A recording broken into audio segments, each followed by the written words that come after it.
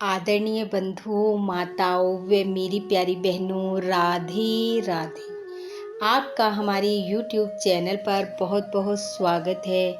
बंधुओं, आज हम इस वीडियो में अधिक मास महात्म का 25वां अध्याय सुनेंगे, जिसे सुनने सुनाने से भगवान पुरुषोत्तम की कृपा से मनुष्य की इस लोक व परलोक की समस्त इच्छाएं पूर्ण होती हैं। महात्म सुनने के बाद यदि आप हमारे चैनल पर नए हैं तो कृपया हमारे चैनल को सब्सक्राइब करें, बेल आइकन को प्रेस करें ताकि हमारी वीडियो की नोटिफिकेशन सबसे पहले आप तक पहुंचे।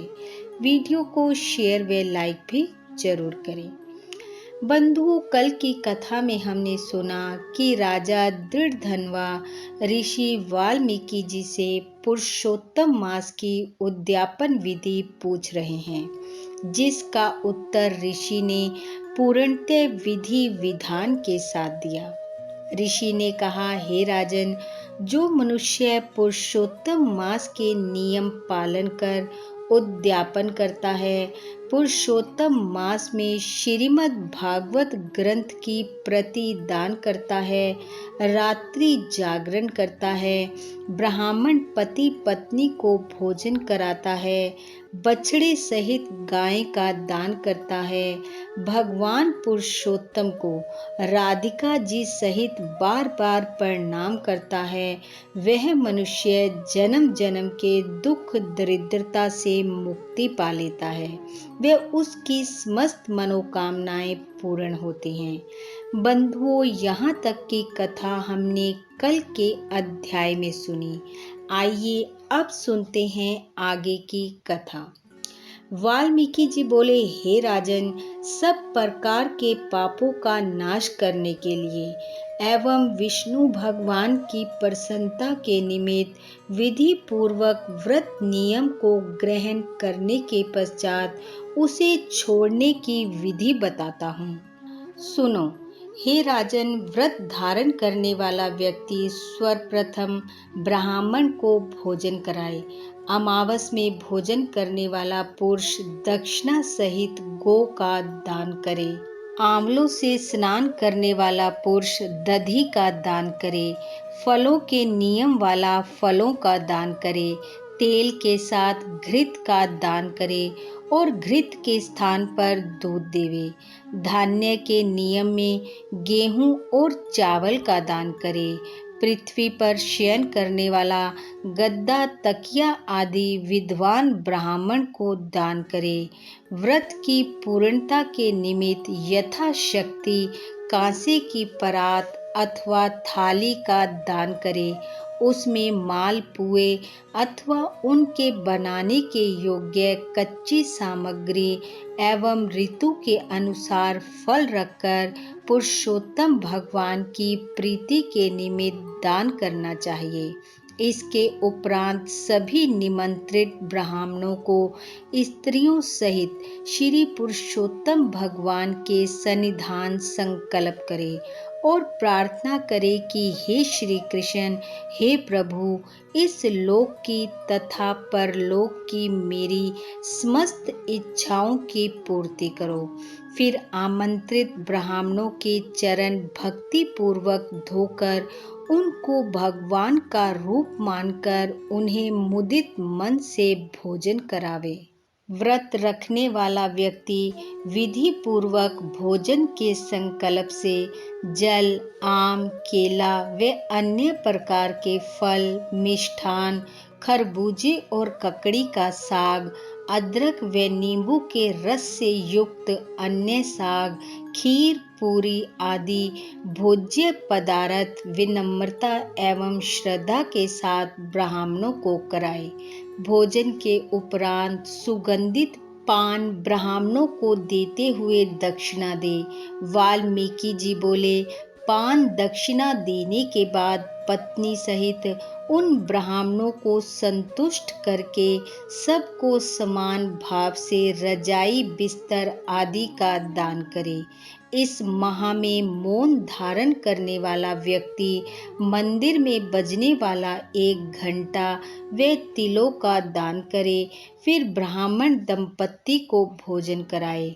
जो इस माह में बाल व नाखून ना बनवाने का नियम लेते हैं, उसे दर्पण, और जो जूता ना पहनने का नियम लेता है, वह जूते का दान करे। नमक का परित्याग करने वाला व्यक्ति विविध प्रकार के रस वाले पदार्थ दान करे। वाल्मीकि जी बोले, हे राजन, दीप दान करने वाला व्यक्ति दीपक का दान करे। अधिक मास में भक्ति पूर्वक दीप दान करने का बहुत अधिक महत्व है। दीप दान के नियम का त्याग करते समय तांबे का घी से भरा दीपक दान करे। ऋषि बोले, हे राजन, यदि सामर्थ्य हो तो दीपक में सोने की बनी बाती लगाए और उसे ब्राह्मण को दान में दे दे। ऋषि ने कहा, जो मनुष्य इस माह में एकांत में वास करने का नियम लेता है, वह मनुष्य 8 घड़ों पर वस्त्र व दक्षिणा रखकर ब्राह्मणों को दे। मास के अंत में 30 लड्डू, छतरी तथा जूते का भी दान करना चाहिए। यदि इन सभी वस्तुओं को दान करने की सामर्थ्य ना हो तो यथाशक्ति दान करे। ऋषि बोले, हे राजन, अन्न से बढ़कर कोई और वस्तु बड़ी और पवित्र नहीं है। एक अन्न से ही मुनि एवं सिद्ध व्यक्ति परम निर्वाण गति को प्राप्त करते हैं। अधिक मास में जो व्यक्ति केवल रात्रि में ही भोजन करता है, वह राजा होता है। दिन के प्रातः काल में देवता, मध्याह्न काल में मुनि, अपराह्न काल में पितृगण एवं साय काल में आत्मा का भोजन होता है। जो मनुष्य सब काल बिताकर भोजन करते हैं, हे राजन, उनके ब्रह्म हत्या आदि सभी पापों का शमन होता है। इसी से रात्रि में भोजन करने वाले को सर्वाधिक पुण्य की प्राप्ति होती है। अधिक मास में उड़द को न खाने वाला व्यक्ति सब पापों से मुक्त हो जाता है।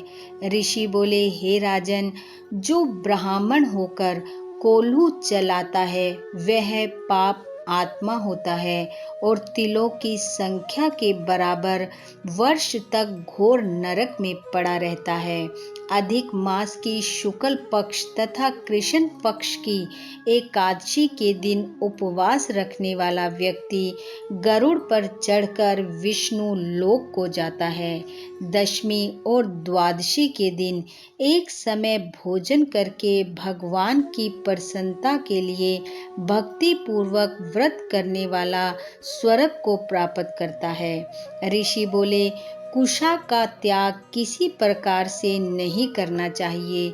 कुशा परम पवित्र है, इसलिए इसका उपयोग पवित्रता से करना चाहिए। कुशा के बिना सभी धार्मिक क्रियाएं व्यर्थ रहती हैं। कुशा के मूल में ब्रह्मा, मध्य भाग में जनार्दन तथा अग्रभाग में शंकर का वास होता है। इतना सब कहकर ऋषि बोले, हे राजन, पुरुषोत्तम माह के सभी नियमों का पालन करते हुए विद्वान पुरुष ब्राह्मण का आशीर्वाद पाकर ही स्वर्ग प्राप्त करते हैं। यह कहकर ऋषि मौन हो गए। इति श्री वृद्ध नारदीय पुरुषोत्तम मास महात्म 25वां अध्याय समाप्त। बोलो विष्णु भगवान की जय। पुरुषोत्तम भगवान की जय। बंधुओं, भगवान पुरुषोत्तम की कृपा आप व आपके परिवार पर सदैव बनी रहे। आपका घर आंगन खुशियों से महकता रहे। इन्हीं शुभकामनाओं के साथ आप सबका बहुत बहुत धन्यवाद। राधे राधे।